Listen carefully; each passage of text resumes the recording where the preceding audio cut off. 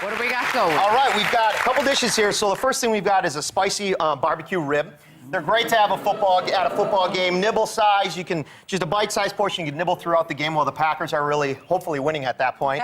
And then we've got a Midwestern-style gumbo that we've substituted the andouillette. We've used bratwurst in it from my home state. And then we also have a Minnesota wild rice pilaf to serve with it. So two great things, easily servable during the game. Okay. And then, of course, a Wisconsin item here. We've got Wisconsin ricotta cheese crostini with roasted apple, squash, some walnuts, and sage on it, which the girls are doing over there.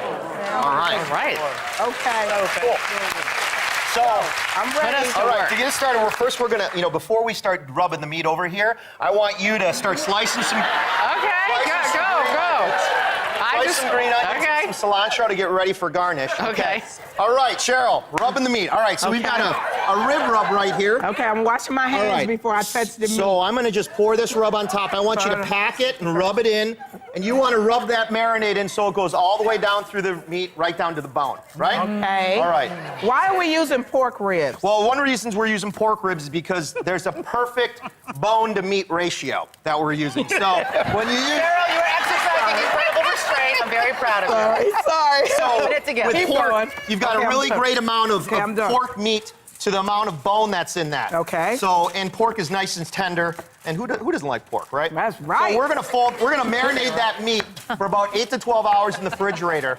And then we're gonna take it out. We're gonna fold it in the aluminum foil like this and make a little tent, right? Okay. How tight do you wrap that foil? Well, you want it tight enough so it'll support the meat, right? But you don't want it too tight that once we add some liquid to it, that'll spill over when it gets hot. All right, so I want you to grab that ginger beer. This? Yep, exactly, right? And I want you to just, no, you don't get any this time. No. So we're gonna pour that in and it'll go pour right into the spout. Right down and then there, all right? We're gonna grab, So why don't we start with the dry rub and then go with the beer? Well, the dry rub is like a marinade, right? So we want that to marinate. Oh, we got a little bit of a drip there, that's good. And then we've got a little bit of this cider vinegar here we're gonna pour. Okay. Right? And the vinegar tenderizes?